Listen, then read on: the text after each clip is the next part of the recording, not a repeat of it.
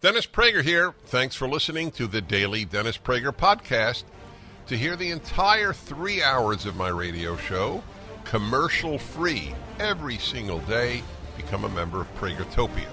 You'll also get access to 15 years' worth of archives, as well as the daily show prep.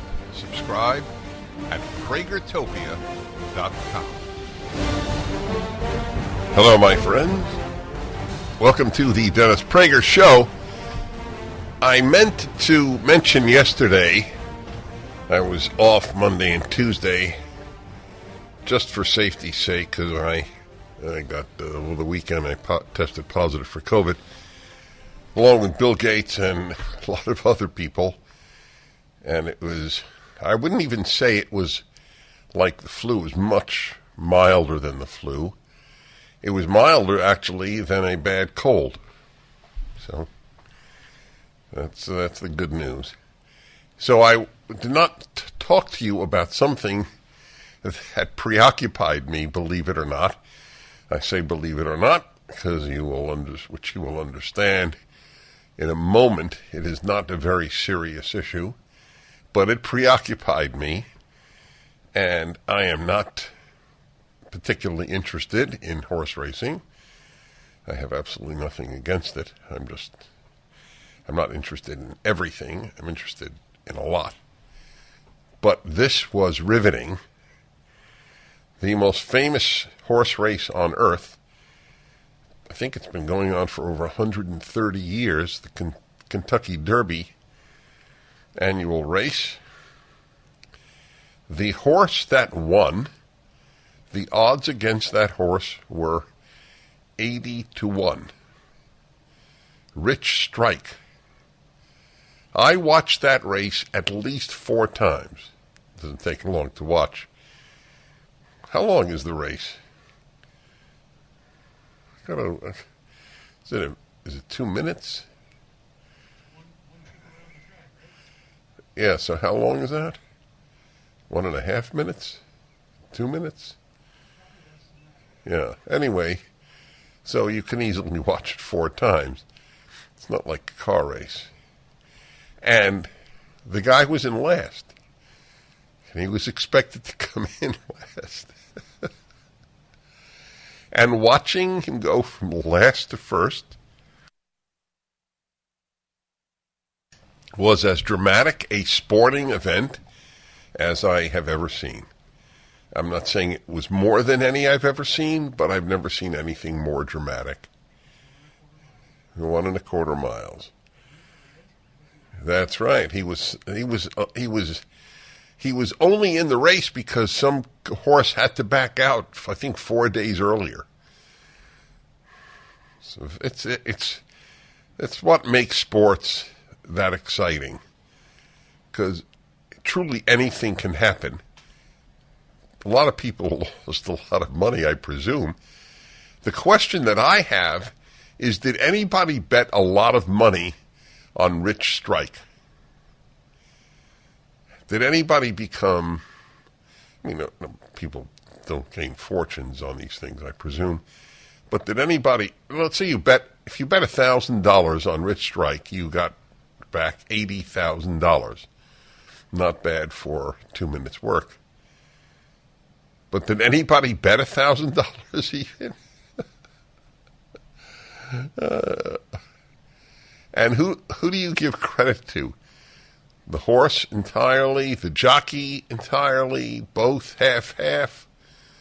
You really should watch it. Put in the Kentucky Derby 2022 and watch the aerial view, the helicopter view, where they show you, they illustrate on the video where the horses are, and you will see something and you won't believe it. Maybe the jockey was brilliant and just decided, I'm not going to go at the same exact pace as everybody else. That's too fast in the beginning. If you're a horse aficionado, I wonder how you reacted. These are fun things. These are very important things in life, to get distracted. That's what sports and late-night television used to serve as distractions because life needs them. A way to tune out of one's problems. Not permanently. Some people do that. That's a bad problem. But to do so periodically is a good thing. A distraction. Sometimes there are healthy distractions.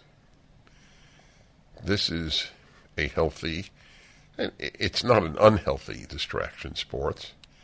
Obviously, one can OD on it.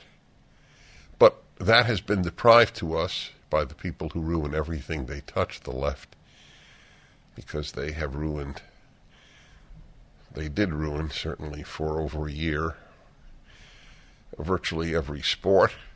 Bette Midler would like them to continue to ruin every sport. She came out with an announcement that every woman should take a knee at the national anthem because they're living in such an oppressive country.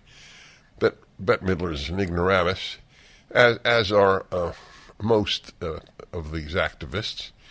They have no idea that the United States has the most liberal, the most radical abortion laws in the world, I think with the possible exception of Japan, certainly in the Western world. See our video on this. PragerU has a video on what it's like, abortion laws are like in Norway and France and Belgium and Germany, and you will understand how narcissistic these pro-choice activists are in assuming that if it doesn't go entirely their way, they're oppressed. People who do not understand the word have raped the word, like the resistance, taking the word for the French resistance to Nazis, which, if you were caught, you were tortured to death in the most horrific ways. And they took that word to oppose Donald Trump, for which you not only weren't tortured, you were rewarded. Everything they touch, they ruin. Anyway, you should watch it. Kentucky Derby 2022.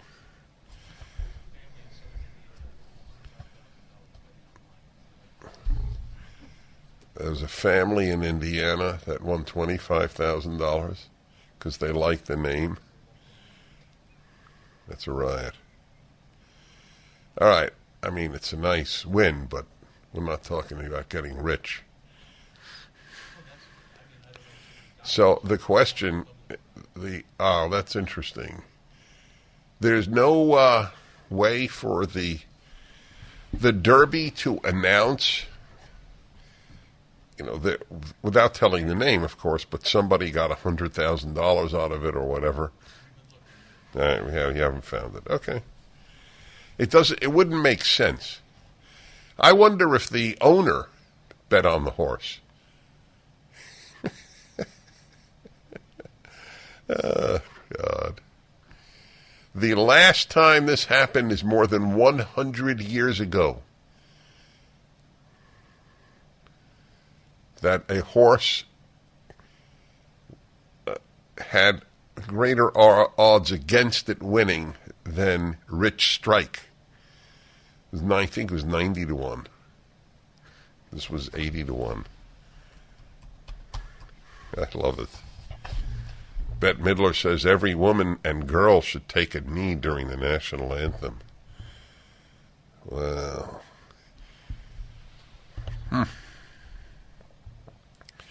Actress, in the column it notes, actress Mia Farrow vowed to always take a knee for the Star-Spangled Banner so long as racial injustice persists. Mia Farrow is a very damaging effect on Woody Allen's life. You wouldn't think I'd be interested in that subject, but I have felt bad for him. I don't believe that he molested his daughter. I'm not talking about the daughter of Mia Farrow that he married and he's had a long marriage with. I mean, it's certainly, shall we say, not your normal choice of spouse. Okay. But I'm talking about the charge that he molested once the daughter, not his daughter, but the daughter he was raising, so, with Mia Farrow. People don't molest one person one time. Back in a moment. Inflation is at a 40-year high. You know it, and you feel it every day. We're paying considerably more for gas, groceries, and really just about everything. Take charge of your money right now. Use the equity in your home to consolidate debt and lower your monthly expenses. These impressive men, Andrew and Todd, at andrewandtodd.com, know what you're going through. Andrew and Todd aren't brokers, they're bankers who handle your refi loan personally from start to finish, and they're always in your corner. Visit andrewandtodd.com to beat inflation by lowering your monthly expenses and protect your greatest asset, your home. Andrew and Todd at Sierra Pacific Mortgage share your values. I trust them. That's why I work with them. Get started now. Go to andrewandtodd.com for a quick mortgage checkup. No obligations. Use the equity in your home before it's too late. Go to andrewandtodd.com. That's andrewandtodd.com. Hello, y'all. Dennis Prager here. Let's see. That's amazing. Got a number of calls from Louisville, Kentucky, which makes sense given the Kentucky Derby. I'm curious. Louisville, Jim, hello. This person, I hope I don't lose you, but the trainer said the other day that he had friends that bet $70,000 on the horse. And Churchill Downs has a pick four called a superfecta. And if you pick the top four, you would have won on Saturday on a $1 bet, $321,000. Did anybody? There had to be a few, I guess. That would be a real story if they would find out who bet. I think people would announce it. People would be thrilled to hear it. Gosh. Yeah, to have picked the top four. Do you have to pick the top four in order or just the top four? The top four in order. And oh, man, give me a break. That horse yeah, it would be odd. But yeah, boy, if somebody, I'll tell you that, yeah, if somebody picked the top four in order, I'd like to speak to them and ask them what stocks to buy. That's a riot. Okay, Minneapolis and Joe, hello. Hey, Dennis. Yeah. That horse was claimed, I believe. That was the owner of that horse bought that horse for $30,000 out of a claiming race, which is for the, people put the horses they don't maybe think are going to do as well, and they put them in claiming races. So, hey, the other thing I want to ask you is, how come all you guys let Dr. Dre off? After his Super Bowl appearance, he was in the New York Times. They did an expose on him beating women. I don't know about it, and you can't sneak in another topic. I'm sorry, I have no comment because I have no knowledge. Okay, and back to Louisville and Paul. Hello, Paul. It is truly an honor to speak to you, sir. Thank you. Adding on to what Jim said earlier about the superfecta and the Derby. According to Churchill Downs, the betting on that horse total a little over $500,000. So if that includes the superfecta, then there was only mathematically there could only be $1 bet on that horse. Right, but there's no claim that there was a superfecta vote. Bet. Well, yes, there has to be. There has to be, or they wouldn't know what the payoff was. Oh, interesting. The payoff is calculated based on the pool of dollars divided by the number of dollars bet. Who did you bet on? If their pool has 100,000 and there were two $1 bets, each person gets 50,000. Who did you bet on? No one, because I lose when I bet. You're with me. Exactly. I make $5 bets with one of the good guys here at my home station in the sales department, and he has the $5 bills of any of the bets that he won up at his desk. What people don't know are the many more bets that he lost, which I spend or give to Sean for M&M peanuts. Oh, well, anyway, thank you for calling in. That is fun. Marty, Beaumont, California, hello. Hello, Dennis. Enjoyed your appearance with David Rubin last night. I enjoyed being there. Didn't care much for the venue. It was hard to see. But anyway, because we were so close together, it facilitated talking to people around it, which was really interesting. Uh-huh. There was two doctors behind me. Right. They were there to see David. And there was a young couple. She was Vietnamese. They're engaged. They were there to see David. They knew very little about PragerU, and they knew something about you, Dennis. Sort of like how I got my daughter to go see you and Adam Carolla. She was there to see Adam. But anyway, what was really, really nice, I became an evangelist for PragerU last night. Thank you.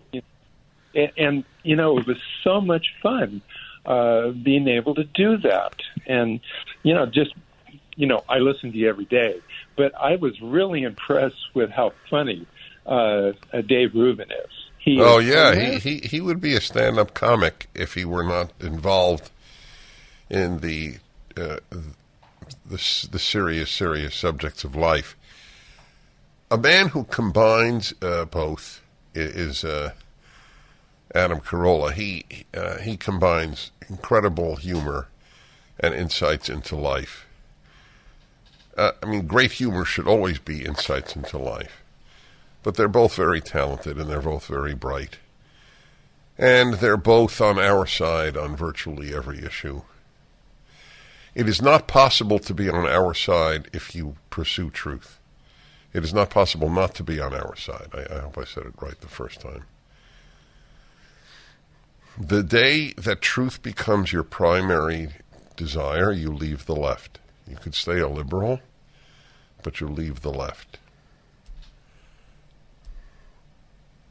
That is a certitude. You cannot be committed to truth and be a leftist. This was always true, from Lenin to your local university. You can't be committed to truth and say men give birth. Just to give one of the many, many examples. Or to say America's systemically racist. Washington Post thinks that the George Washington University should be renamed, and keeps the name Washington Post. Columbia University is for dropping Columbus Day, but keeps the name Columbia University. This doesn't bother them. That's one of the beauties of being on the left is you're never troubled by moral, logical inconsistencies. They mean nothing to you. You say what feels good, not what does good. It's in the age of feelings. Read my last column last week, The Age of Absurdity, which is what we live in. I have a lot more to share with you. Stay tuned. The fight for the unborn is raging in our country. An unprecedented leak from the Supreme Court indicates that Roe v. Wade is on the brink of being overturned. During this critical time, a new movie is about to be released, the award-winning film, The Matter of Life cuts through the rhetoric and hatred and exposes the real issues surrounding the plight of the unborn. The Matter of Life will be in theaters nationwide for 2 nights only, May 16 and 17. If you care about protecting the unborn, this is a movie you will not want to miss. Go to fathomevents.com to receive your tickets for a theater near you for May 16th or 17th and have your own life transformed as you watch The Matter of Life. That's fathomevents.com, Fathom events.com. There's a battle taking place in America. Whether you are pro-choice or pro-life, you should see this film. Hello, my friends. Dennis Prager here. Many of you are familiar with the Killing series of Bill O'Reilly with Martin Dugard.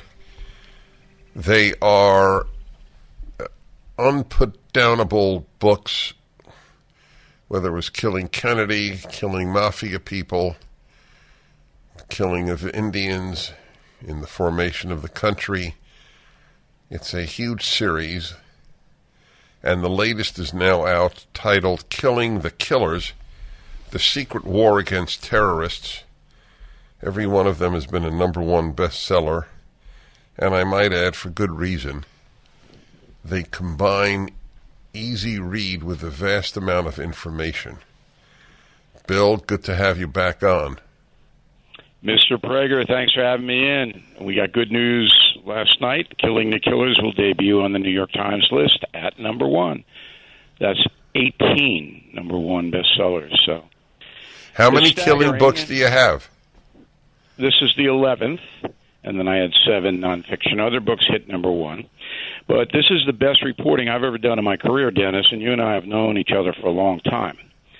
And we were able to get national security advisors going all the way back to David Petraeus in the Bush administration up to the end of the Trump administration to basically tell us what exactly happened in the trackdown and assassinations of the biggest terror leaders in the world. And the information has never been put forth before. The public doesn't know anything about it. And in the first 5 days, we sold more than 100,000 copies, so I know there's a knowledge appetite for the war on terror because it certainly has not gone away. Do you think people think it has gone away? Somewhat, because Putin obscures the danger with his shenanigans. I actually have a part of the book that deals with America's weaponry and how that's actually constraining Putin. So he'd be a lot worse if we didn't have these space weapons that could obliterate Putin in 10 minutes. The reason, of course, we don't do it is because that could invite a nuclear response. But I think Americans are a little bit distracted from the danger. But if you go back to the Afghan debacle, and that's how we close Killing the Killers, with the 18 U.S. service people being killed in Kabul airport because of the Biden administration's incompetence, and that's certainly what it was, Al-Qaeda's reconstituting in Afghanistan, and ISIS is back in Iraq. So why would they be doing that? For one reason only: they want to kill infidels, and the American public's at the top of that infidel list. That's right. That's why I think it's an important book. So who's the greatest threat right now in the Islamist world? Iran. Iran's the greatest threat because it has the power of a nation allied with Putin. And Iran, unlike the jihadists, Al-Qaeda and ISIS and Boko Haram in Africa, Iran is a pretty sophisticated apparatus. In fact, even today they're trying to hunt down former Secretary of State Pompeo and kill him in retaliation for the United States waxing Soleimani. And we go into that in great detail. You're gonna love it, Dennis. I will. I have no doubt about it. It's sitting right in front of me. You're the kind of guy who every page is going to go, I didn't know that. Yeah, no, you're absolutely right, actually. Well, how devastating was Soleimani's death to Iran? Huge. He was a leader of the secret police inside Iran and the terror outfits outside Iran. That's Hezbollah, somewhat Hamas, somewhat, but Hezbollah is their big one. And, Soleimani was a guy who was all over the place. I mean, he was with Putin. In fact, we pick up Soleimani's last day on Earth when he travels from Iraq, where he tried to get the American embassy burned down, but the Marines saved it. And then he goes to Syria, to Damascus, to meet with Assad. And that's where the CIA picked him up. There was a CIA spotter in the airport at Damascus. And then we trace almost minute by minute his last movements until a Hellfire missile blows him off the face of the earth shortly after midnight, after he lands back in Baghdad. That's got to be one of the great stories of the book. The book is Killing the Killers. I'm going to continue with Bill O'Reilly in a moment. I'm telling you, it's a real achievement. I'm very curious who came up with the idea. I'll ask him when we come back. Folks, you've known it in your gut that something just wasn't right about the 2020 election, and now you will have something pretty close to proof. In Dinesh D'Souza's explosive new documentary, 2,000 Mules, you'll see jaw-dropping evidence of exactly how the Democrats cheated during the election. Now, I don't know if it made the difference. It might well have. You can't believe it was a fully honest election after you see this film. Drawing on meticulous research from election integrity group True the Vote, 2,000 Mules uses both cell phone geo-tracking data and video evidence to uncover a massive network of illegal ballot trafficking in all 5 key swing states. Thousands across the country attended the nationwide theatrical release. Now you can watch from the comfort of your own home, watch on any device with a web browser, see the movie that President Donald Trump calls a real blockbuster. Go to salemnow.com to watch today. That's salemnow.com, sponsored by Salem Media Group. Hey everybody, Dennis Prager with you. Great to be with you. Next week, all things going according to schedule, I will be speaking, and this is, I admit, a first. Neither alone is a first, but both in the same week. I will be speaking next week in Hungary and Alaska.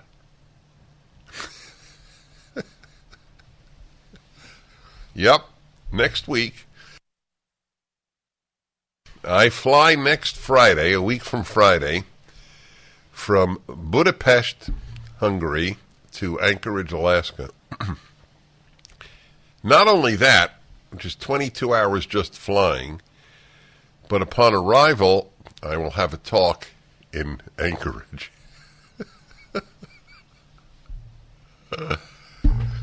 So that's a very, shall we say, interesting trip and week. I started last hour by noting the Kentucky Derby win of Rich Strike. Sean, for some blessed reason, put down $10,000 on Rich Strike and ended up with $800,000. The beauty of that is, as he's still working with me, no matter how rich Sean gets, he stays with me. Is that fair to say, Sean? Yeah. So that's... the course was 80-1. I can't get over it, and I don't even follow horse racing, but it's the longest odds in a winner at Kentucky Derby in over 100 years. And you've got to watch it. If you have zero interest in horse racing, it's under 2 minutes. Just watch it. Horse comes from last to first at the very last moment. I think that those are the things that just make sports unique, as is life. Who goes from last to first in a matter of seconds? That's not what Joe Biden did. Don't start me. Don't start me. It's a very poor comment. Under normal circumstances, I'd put you in the punishment room. But it's not normal circumstances. Sean actually did place $10 on Nebulizer's elbow. And the amazing thing is Nebulizer's elbow did not race.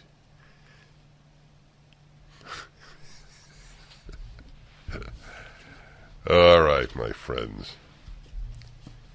By the way, talking about the absurd, so this is one of my Hall of Fame moments of radio. I don't know when I said it. Was it 6 months ago, a year ago, out of nowhere? And sometimes I pay a price for being able to say the absurd with a completely straight face. So I said with a completely straight face, even if you don't see my face, you know what I mean. It's truly deadpan. I mentioned out of nowhere one of the many absurdities that enter my mind for no discernible reason other than I love the absurd. So I said at some point, you know, folks, wife in Sanskrit means she who finds flaws in her husband. And you have no idea how many people have said to me at meet and greets before lectures around the country, you know, that Sanskrit definition of wife, boy, did that hit home. I had actually forgotten that I said it. I only remember it because of the number of people who have mentioned it to me. Well, there you go. That was a precious moment. Hey, I reported to you this yesterday, and it's an ongoing, unresolvable dilemma for me. So I try to bring you new things on a regular basis. But then I realized that these very dramatic and important things are forgotten. You hear something once, even I don't remember it necessarily because you're bombarded with so many new things. It's just, that's the nature of news and reporting, talk radio, news, whatever it might be. But I can't let this go. That Oregon has passed the Menstrual Dignity Act. Sean pushed for it tremendously. He has an MDA. He has a degree in menstrual dignity, and it's a beautiful thing. This is what Oregon has gone out of its mind, but they've elected this governor, this Kate Brown, as a crackpot. Requires all K-12 kindergarten to provide free sanitary products to students. That's right. There will be menstrual aids, or why did they used to have the name feminine products? What was the name? Feminine hygiene products in all elementary and middle school boys' restrooms. Instructions on how to use tampons and pads will be posted in all bathrooms. There's no doubt this is not like betting on rich strike. This is betting on a given. Most boys are going to use them as sort of like snowballs. There will be tampon fights. There's no doubt in my mind. These tampons in the boys' restrooms will not survive very long. They will survive as long as a snowball in a hot zone, and that is a deserved fate, I might add. I would salute those guys who mock this idiocy. Okay. Now, let's see here.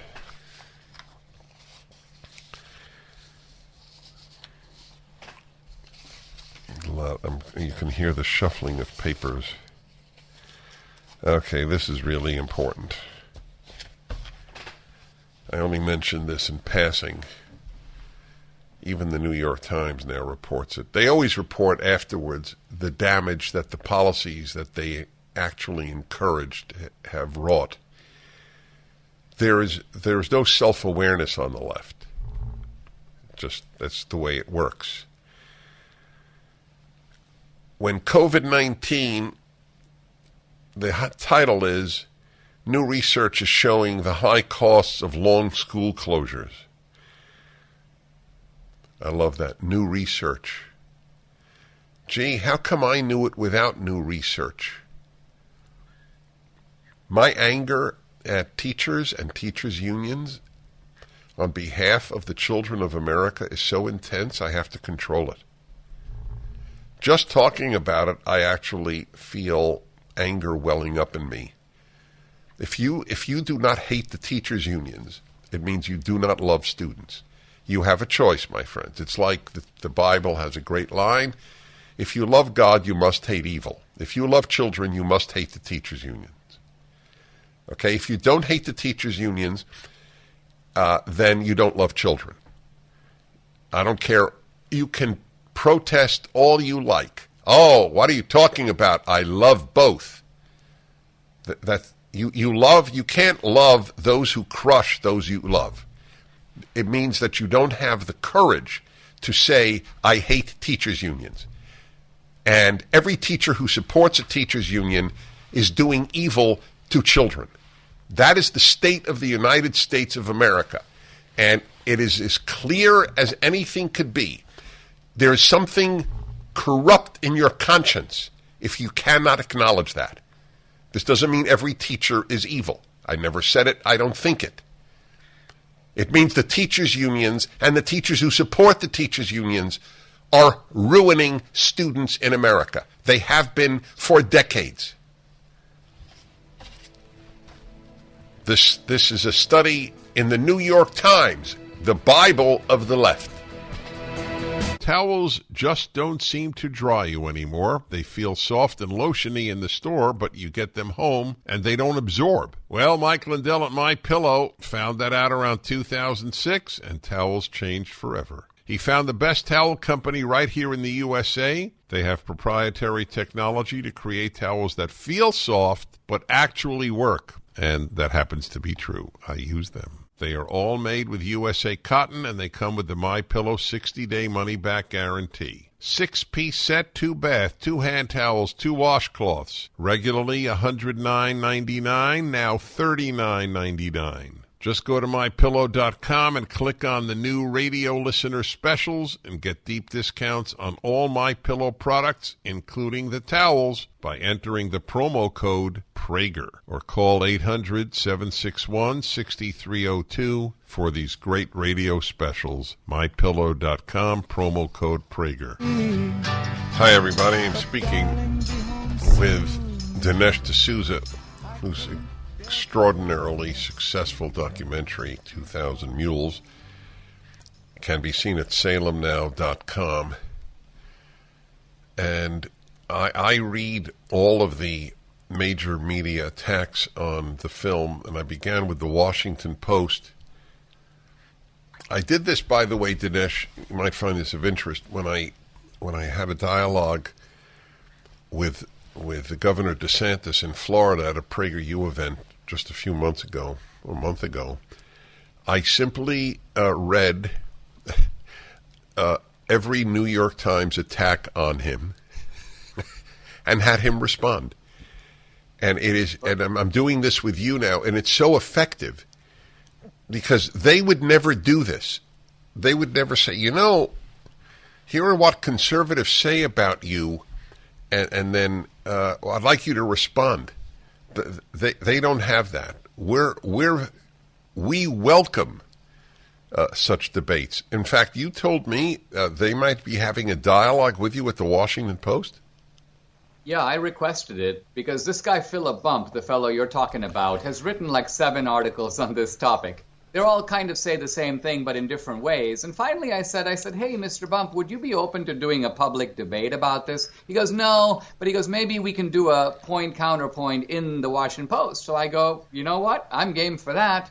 And this is the point. I mean, on our side, whenever I see critiques of the movie, I put them out on my own social media. Why? Because I want my viewers, my audience, to see the movie, read the critiques, and then sort of adjudicate. The left never does that. They will never share. In fact, there was an article in Mediaite yesterday or today basically saying, we've seen 2,000 Mules, so you don't have to.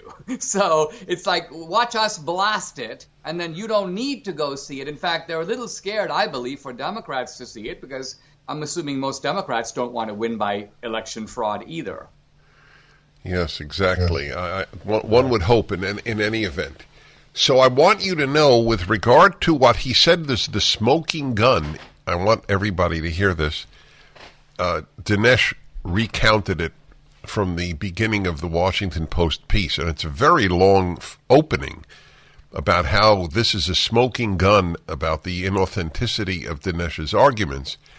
It turns out that his argument that it wasn't even necessary to have this geo-tracking.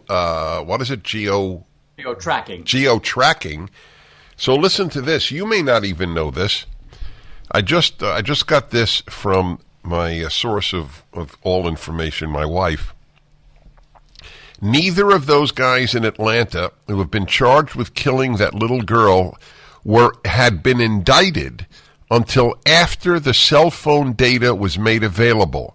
The indictments came down over a year after the shooting. The one guy who had been arrested 2 weeks after the shooting had been denying his involvement ever since. So it's the opposite of what the guy wrote in the Washington Post.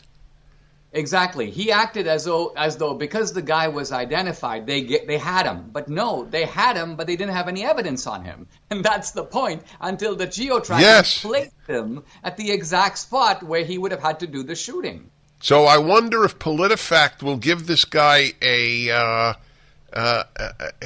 Pinocchio, 4 Pinocchios. No, in fact, to be honest, Mediaite, when they said, what I just said about, you don't have to watch the movie, they were referring to this guy. They were, these guys all quote each other. That's right. Their whole strategy, even when they talk about geo-tracking, what they do is they shop around for an academic who will say, oh, geo-tracking's only accurate to, 30 feet. And that guy's relying on an article circa like 2009, and we all know that GPS, geo-tracking, is not then what it used to be now. So it's much more reliable today than it was in the past. Here's a question for you. Why did they need then, and why will they need in the future, drop boxes when they could use the U.S. Postal Service? No, the whole point was they were, quote, making it easy to vote. Now, it's really important to know how this was pushed, because it wasn't just the cities and counties that did it. It was also the Zuckerberg guys. What the Zuckerberg front groups did is they went to the cities and counties and they said, we've got a giant allocation of money and we're going to be able to write you a fat check. But in order to get this check, you've got to agree to have lots and lots of drop boxes, particularly in these, they didn't say democratic, but urban areas. Wink, wink. And so the point I'm trying to make is private external money was used as leverage and muscle to get these cities and counties to agree to install all these drop boxes. I'm not saying Zuckerberg knew about the mules, but I'm saying that without these mail-in drop boxes, the mules would have no place to go. So they wouldn't be able to use, and therefore really not be caught, because there are so many more post boxes than drop boxes. It's not a possibility? Well, the other thing that would be really helpful is the election rules actually call for surveillance on drop boxes. And many of these states and cities said, we will do it, but they didn't, in fact, do it. Yeah, they didn't do it. You did it. They didn't do it. And so, in fact, Ben Shapiro was talking about the movie. He's like, I'd like to see the same mule at 10 different drop boxes. Well, you know what? If there was footage on those 10 different drop boxes, you would. But what if it's the case that Georgia only had their surveillance camera on and pointed in the right direction at one drop box? You're not going to get the footage, not because the guy wasn't there. His phone shows you he was at the other drop boxes. There just wasn't surveillance to show his picture. That's the answer, correct? Because I'm asked that a lot too. Why don't we see the same person at many drop boxes, but we have the data of their phone at many drop boxes? Is that the answer? Yeah, the answer is this, Dennis, that your cell phone has a distinctive ID that is just as much of a digital fingerprint as if you left a drop of blood and they got your DNA. It's your phone. Now, you could give your phone to your wife, but that your phone was at that location is not open to doubt. And here's the key point. That's actually even better evidence, just like DNA is better evidence than an eyewitness. Right. Because eyewitnesses can be mistaken, people can look sort of similar, but if your DNA is that, so it's kind of like we have a serial killer, he's gone to 5 different homes, we have his DNA at all 5, but there's only one of the homes that video surveillance. And then Ben Shapiro's like, well, I don't see him in the video at all the 5 homes. Yeah, but I can prove definitively he was there. It just so happens that the only place that had a video camera was one of the homes. That's really important. By the way, it's ironic. He ends his piece quoting me. Their ability to keep their side ignorant is total, radio host Dennis Prager said during the pundit panel portion of the film. It's an interesting commentary on how partisan belief works, certainly. God, it's just a statement about their world. It is partisan belief. It is. And I think he's, All right, hold on a sec. We'll get your reaction. Another segment coming up with Dinesh D'Souza. You can see 2000 Mules at salemnow.com. The Dennis Prager Show. Dennis Prager here. Thanks for listening to the Daily Dennis Prager Podcast. To hear the entire 3 hours of my radio show, commercial-free, every single day, become a member of Pragertopia. You'll also get access to 15 years' worth of archives, as well as the daily show prep. Subscribe at Pragertopia.com.